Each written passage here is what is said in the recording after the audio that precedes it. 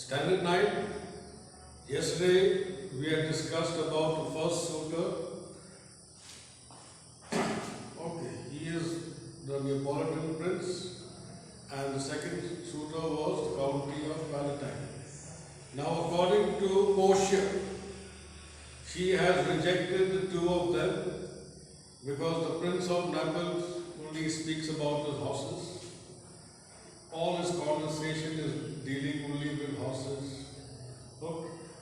And she feels that he is not a suitable person to get married to, as well as the County Palatine also seems to be a very sad looking person. So she prefers to have a husband who will keep her happy or have a happy face. Okay. Now, her main reason for criticizing these two was to prove that she wanted to prove to Nerissa that the decision which her father had made in regards to her marriage, that these are the kind of people, suitors that would come to marry her, and then she will be forced to marry these people. So that was the main argument that is why she is describing the suitors, for Nerissa to understand that how her father's decision will be proved wrong.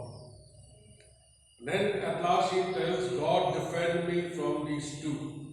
That means she wants God to protect her, to save her from marrying the Prince of Neapolitan and the County Palatine.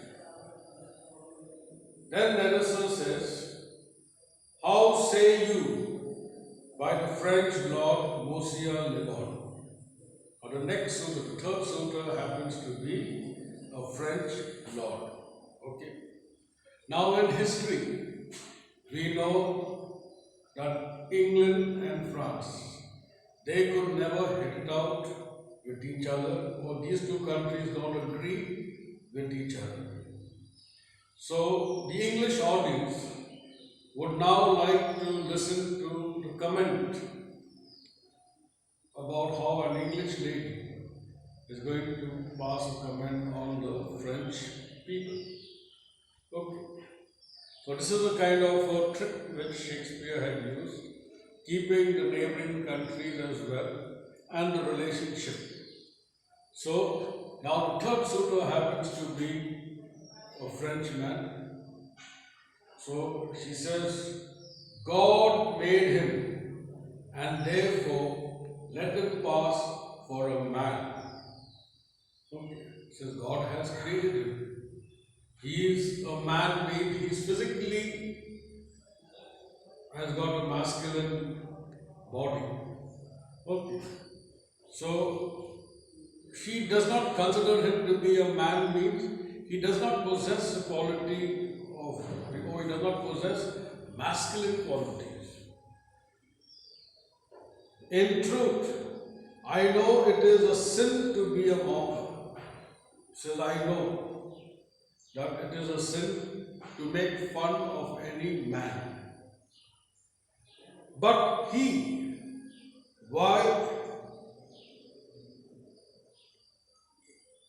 He had a horse better than the Neapolitan, a better bad habit of frowning than the Count Palatine. In every man is no man. Okay. Now, when she compares the French lord to the first Prince of Naples, he says he is slightly better than the Prince of Naples and County Palatine. But when the French man is concerned, he said he is every man in no man. Means that actually she considers him to be a coward. Okay. Mean he does not possess masculine qualities. And this is how the English people, they make fun of the French people, and the French people in return also crack jokes about the English people. So this is a kind of an entertainment trick which Shakespeare had used, so that the audience will be thrilled or will get excited to hear how the comment has been passed for the French French person. Then she considers him to be a coward. If a throstle sings, the throstle is a bird that usually stays in bushes. If that makes a noise, he falls straight a capering. So what happens? Suddenly he gets a shock and he starts beginning moving here and there, and it appears as if he is dancing. Okay. He gets so frightened, and the way he moves, it appears to be as if he is performing a dance. And then he is so scared if he hears a sound. What happens? He will take out his sword and he will start fencing, start fighting with his own shadow. So that is the opinion that she has got for the French lord. Okay. And if I should marry him, I shall marry 20 husbands. So if I have to marry the French lord, it is like marrying 20 men. Now, if he would despise me, listen to this very carefully. He says, if the French lord tells me he hates me, he says, I will not mind it. I will not get annoyed that this man hates me. Anybody tells you I hate you, you yourself will take a hatred to the person. Okay. But yet she says, I don't mind. If he tells me he hates me, I don't mind this negative remark based on me. But if he tells me that I am madly in love with you, so that I am sorry, I cannot return the same love to him. I will not hate him or get annoyed when he tells me that he hates me. But if he tells me that he loves me, I am afraid I will not be able to return the same kind of love that he is showing on me. Means she is not going to accept that love. Okay. Then I shall never requite him, means I shall never be able to return back the same love. Now here again, she has already spoken very clearly that she is not going to return the love back to the French lord. So here again we come to know that she has proved her father wrong, because she considers the French lord a coward and she is in no mood to marry him. So now again we come to know that she has rejected the third suitor. Again Narassa says, what say you then to Falconbridge, the young baron of England? Or the fourth suitor is supposed to be a baron of England.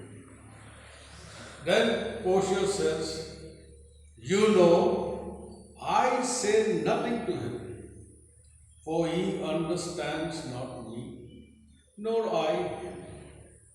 So now the young baron says, when he speaks to me, I don't understand him. And when I speak to him, he doesn't understand me either. He had neither Latin, French, nor Italian. So I do not know what language he speaks, whether he is speaking Latin, or French, or Italian. Now, when a person is unable to understand, now some people have got a habit of speaking so fast, or they are not able to be very clear. Then we say, oh, he's speaking French, because we are not able to understand him. So whenever anyone speaks and you don't understand, you say you're talking French. Means you're talking a language which I don't understand. He says, and you will come into the court and swear that I have a poor petty word in English.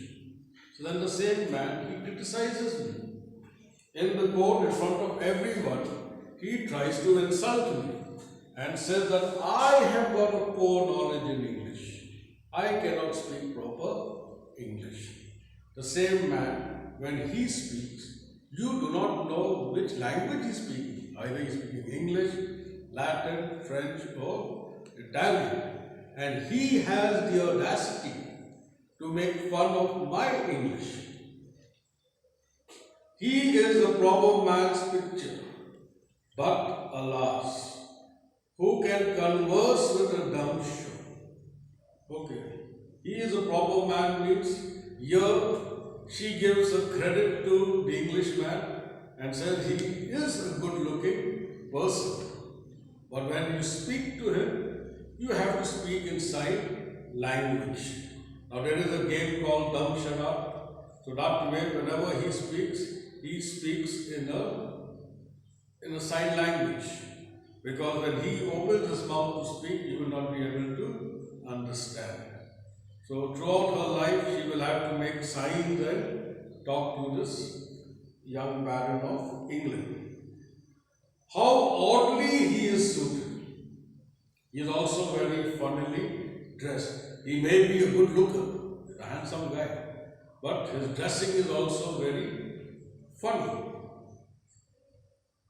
Then he brought his doublet in Italy. His jacket is from Italy. His round hose in France. Round hose is referring to the trousers. Okay. And his bonnet, the cap, in Germany. And his behavior everywhere. Now she has already criticized him where his dressing and his language is concerned. Okay. And now she says he is a person who tries to behave in every kind of manner for whichever country he has visited. He tries to behave like one of them. Since he has visited many countries, so his manner is also mixed, like a mixed culture. So in other words, again she gives a negative remark about the young baron of England. And then again we also are made to understand that she has rejected this suitor also. Now Nerissa has to still understand that she is describing them, rejecting them, in order to prove that her father's decision towards her marriage is a wrong decision made by him. And again, the next extract, question and answers I will be sending to soft copy. Please do it for your homework.